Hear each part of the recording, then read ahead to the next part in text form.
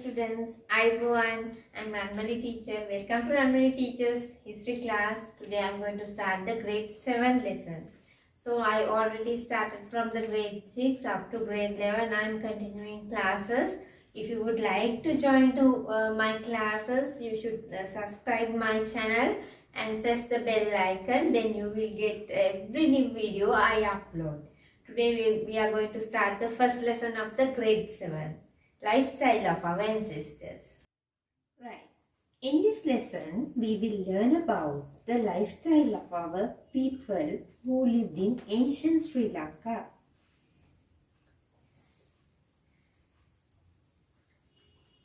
Economy.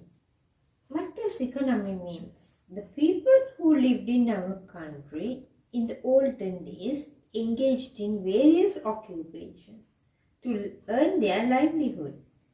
It is known as economy.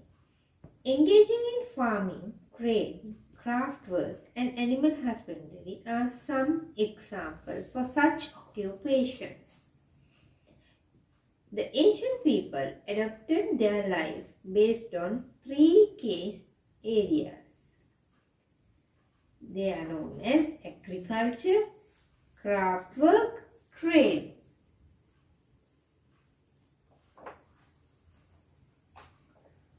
Most of the people selected agriculture as their main livelihood. The agricultural sector of those days consists the two main categories. Those are known as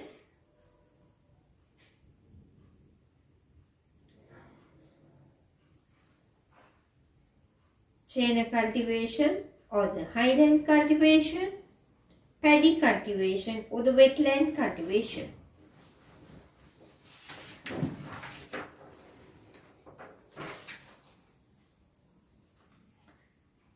First we are going to talk about the chain cultivation. Chain cultivation was done using rainwater. Chain cultivation is considered as the oldest method of cultivation in the world as well as Sri Lanka. Chain cultivation is very old method of cultivating the crops.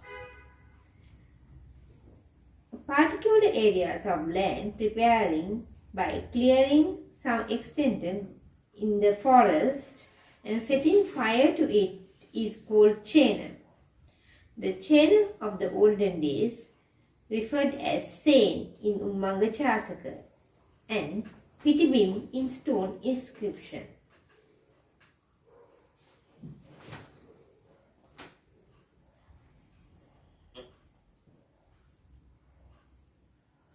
Usually one which farmers selected a land in forest and preparing chain was done with manual labor either individually or in groups. According to a story of Mahavansa tells us, there was 5 brothers of a certain family who lived in village known as Niselvatia in Ruhuna. During the reign of King Kavantissa, they got together and cleared forests and prepared a chain for cultivating black grass. So it is an example for chain cultivation was done during the King Kavantissa's period.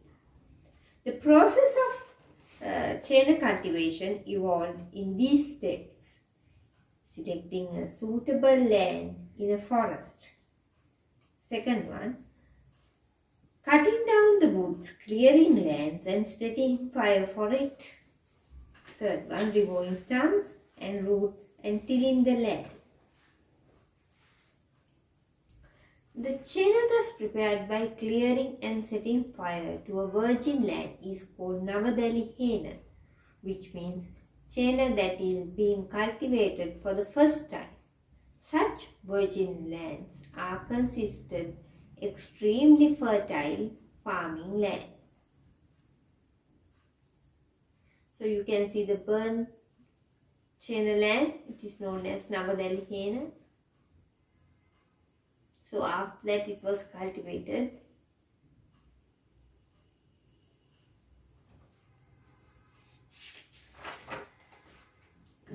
A China farmer had to look after the cultivation until the harvest had been gathered.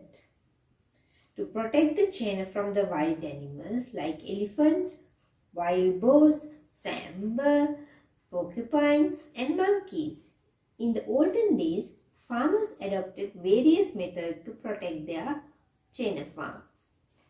First one is building a stockade. It is known as in Sinhala Danduwata. Making bonfire. In Sinhala it is known as Ginimela. Keeping a guard from watch hut. So we can see the pictures here. The watch hut built on a tree. At night, people used to stay here and shout at the animals and protect their China farm. Here, this is the stockade. So when the stockade was built, any animal can't come inside the China farm and harm the crops. So you can see the bonfire. Normally this bonfire was built to chase away the elephants and the other animals, so they won't come at night. With the start of the rainy season, farmers started to cultivate crops in their chainas. Various kinds of cereals like millet, kurakang were mostly cultivated in China.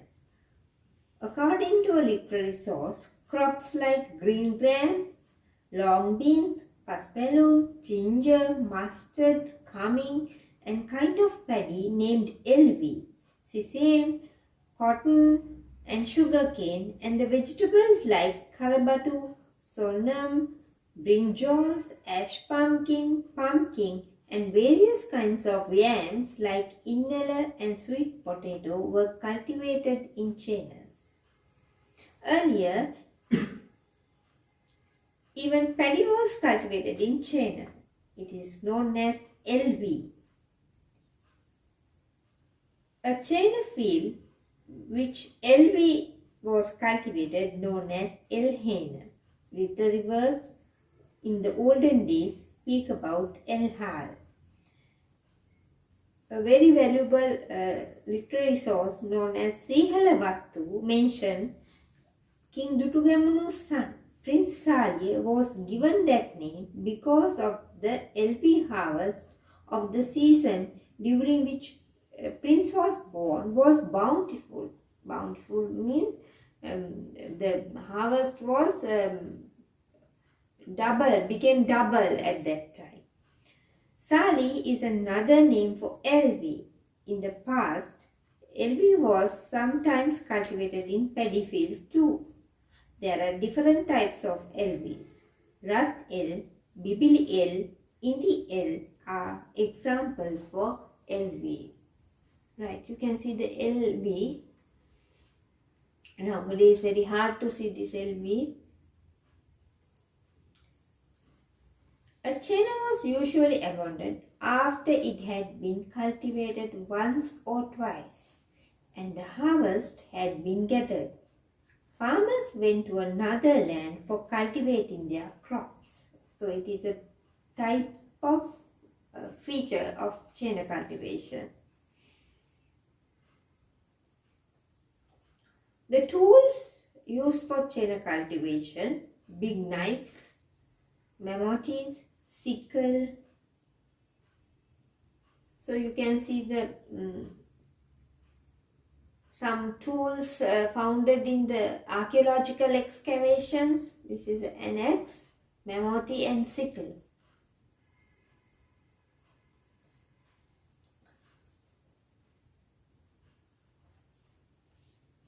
There are some terms typically used when they are doing the China cultivation.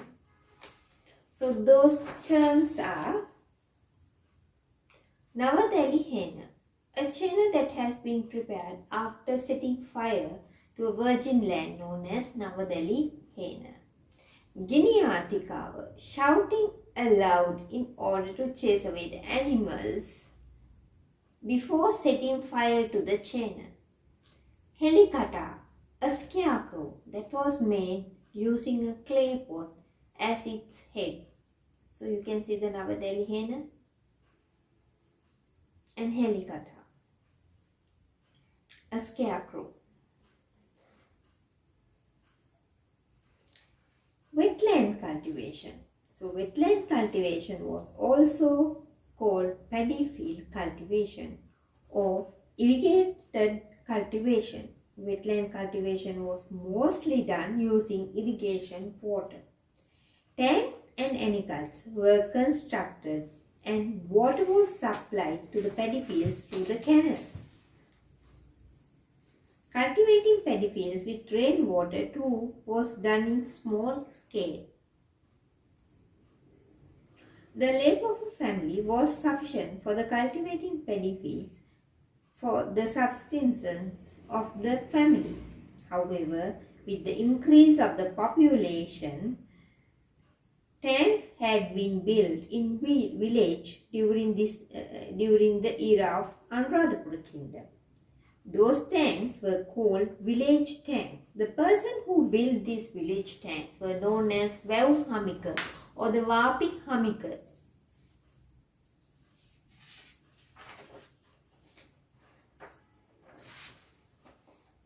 As the water was collected in the village tanks was not sufficient to cultivate the large paddy fields, ancient kings such as King Mahasen built Minneriya tank. So it is a very large tank. So because of this good service rendered by King Mahasen, he was known as God of Minneri or Minneri God. In Sinhala it is known as Minneriya Deviyo. So you can see the tank and the paddy fields and the village. So all are get together in a village. Self-sufficient village here. Paddy fields are usually cultivated twice a year. Two such seasons are Maha season and Yala season. Paddy was sometimes cultivated in intermediate season. The stone inscription Tonigala reports the paddy had been cultivated in 3 seasons in ancient times. Those 3 seasons are Akala Hassa, it is known as Maha season, Madda Hassa, intermediate season, and Pitithada Hassa, known as Yala season, according to this inscription. Farmers had to toil to prepare the paddy fields. For cultivating paddy, preparing paddy fields involving carrying out a number of activities. Tilling the land was done using a plough that was pulled by buffaloes. The weeds get covered with the soil. They naturally decay and enrich the soil when the ploughing was done.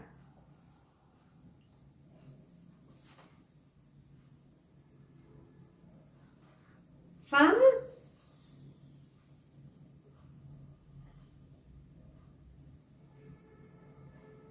you can see the ploughing. So the tools that used to paddy field cultivation like plough, poruwa, sickle and mammoth. So this is a plough and buffaloes used to pull the plough. That is how the farmers used to toil the land.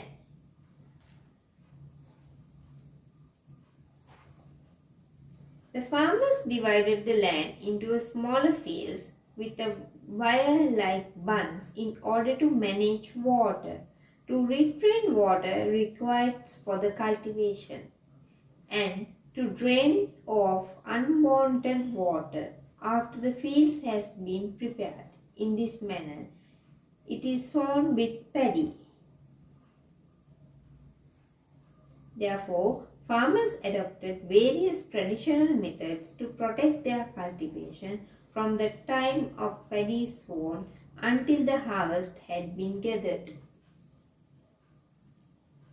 So you can see how the farmers have divided paddy field into small parts, and there were bunds here, and they sown the paddy. After that they have to look after the paddy fields. So those are the protective methods used by the farmers. Stand in the head part of the coconut frond, along the bunds, and here and there in the middle of the paddy fields. So they can chase away the birds and the animals who come to the paddy fields. The other one is light in the wicks that have been soaked in the oil. So normally people used to light the mee oil lamps. Mee oil is a type of oil that gives a bad smell. So they can chase away the insects. And these they use kadru sticks and stood up this mee oil lamps. So kadru sticks also a type of poisonous stick. So insects won't come to harm the paddy fields. Harvesting of the paddy is commenced when the crop is ripe. It is called paddy cutting in the past. It was done completely with the human labor. The paddy thus cut was threshed using buffaloes. After threshing, the paddy was safely stored until it was taken for the consumption. The farmers built a storage bin called weevisser for storing paddy. So you can see the very beautiful golden color ripe paddy. So this is a tool known as sickle. They used to cut down the paddy. After that, paddy was threshed by using cattle, and after that it was stored in a storage known as weevisser. It was the woman who ground the paddy and made two varieties of rice called raw rice and boiled rice. Raw rice is made by grinding the paddy in its raw form, while boiled rice is made by grinding the paddy which has been boiled and dried. So there are two types of rice they used to make, raw rice and boiled rice. There are some terms typically used in wetland cultivation also. Goyam madinawa, thresh the paddy. Goyam kole, a pile of cut paddy. Kamata, the threshing floor. So those are the words that used in wetland cultivation. So now already we have covered half of the lesson. So next time I am going to start the lesson 1.2. I hope you enjoy my lesson. Thank you.